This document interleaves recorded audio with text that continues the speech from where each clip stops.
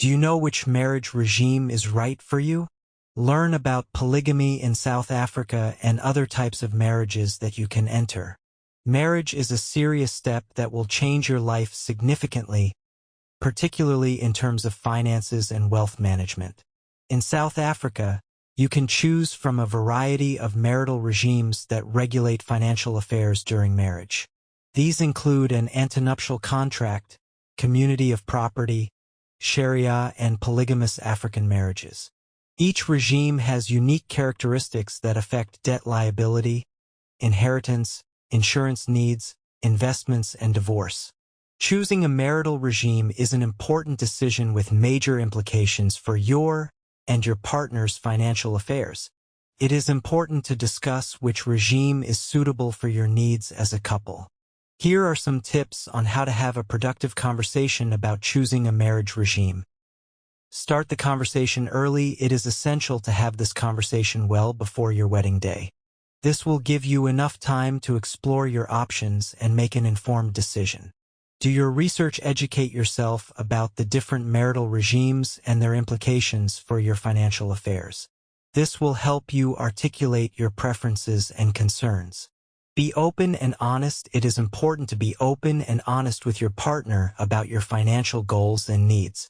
Discuss any concerns you may have and listen to your partner's concerns as well. Seek advice. Consider consulting a legal and financial expert to provide guidance and advice on which regime suits your needs. Talk to married friends and family about what decisions you are trying to make and see if they feel comfortable sharing how they had these conversations with their partners. Consider your future goals. Think about your long-term financial goals and how the marital regime you choose can help you achieve them. Consider the impact on your estate planning, investment planning, and insurance needs.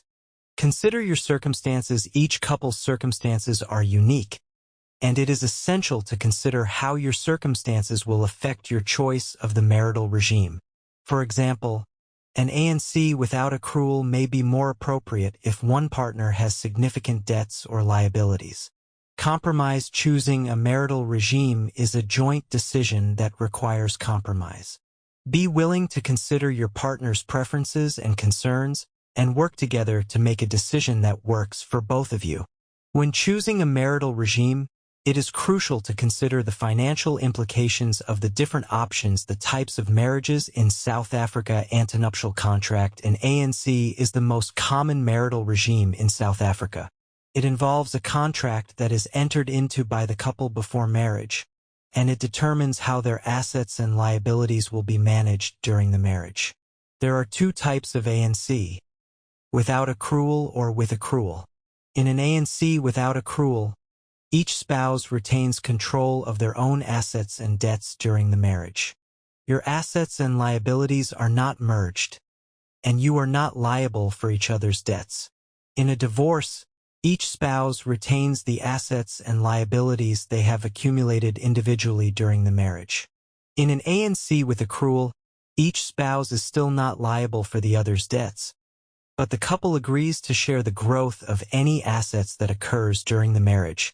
This means that each spouse retains control of their assets, but in the event of a divorce, the assets accumulated during the marriage are divided equally between the spouses.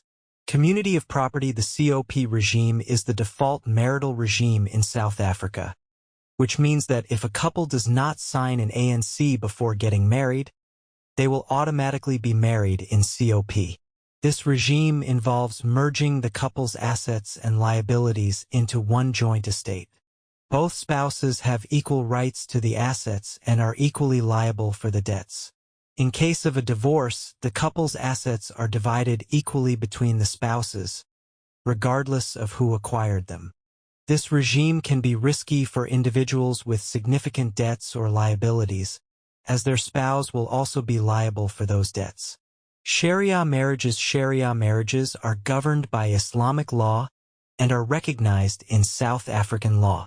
In a Shari'ah marriage, the husband is the head of the household and is responsible for providing for his wife and children. The wife is entitled to receive maintenance and support from her husband, and any assets acquired during the marriage are considered joint property. In the event of a divorce, the wife is entitled to receive maintenance for a certain period, and the assets are divided according to Islamic law. Shari'ah marriages do not have the concept of COP, and each spouse retains control of their own assets and debts. Customary polygamous marriages are recognized in South African law, but they are not recognized under the Marriage Act. This means that they are not registered with the Department of Home Affairs, and they are not considered legal marriages. However, they are recognized under customary law, and they are governed by the Recognition of Customary Marriages Act. In a polygamous African marriage, the husband is allowed to have multiple wives. Each wife has equal rights to the husband's assets, and the husband is responsible for providing for all his wives and children.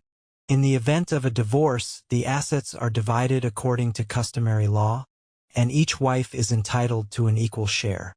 Financial planning considerations when getting married. When choosing a marital regime, it is crucial to consider the financial implications of the different options. For example, if you have significant debts or liabilities, consider an ANC without accrual to protect your spouse from liability. On the other hand, if you want to share in the growth of your assets during the marriage, an ANC with accrual may be more suitable for your needs. The marital regime you choose now can significantly affect the financial outcome of a divorce. When it comes to estate planning, it is essential to consider how your assets will be distributed in the event of your death. If you are married in COP, your spouse will automatically inherit your half of your combined estate. If you have specific wishes for how your assets should be distributed upon your death, it is vital to draw up a will that reflects these. Investment planning is also an important consideration when choosing a marital regime.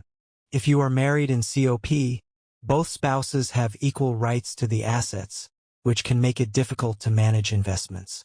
In this case, choosing an ANC without accrual may be more appropriate, where each spouse retains control of their assets and can manage their investments. Insurance needs are also affected by the marital regime. For example, if you are married in COP, your spouse may need to be added as a beneficiary on your life insurance policy. If you have an ANC without accrual, your spouse may not need to be added as a beneficiary, as they will not be liable for your debts. Lastly, divorce is a complex and emotional process, and the marital regime you choose now can significantly affect the financial outcome of a divorce. People change. Things don't work out sometimes. If you are married in community of property, both spouses are entitled to an equal share of the assets, regardless of who acquired them. In an ANC with accrual, each spouse retains control of their own assets, and the assets acquired during the marriage are divided equally. It is important to consult with a legal and financial expert before deciding which marital regime suits your needs. This will ensure you make an informed decision reflecting your financial goals and needs.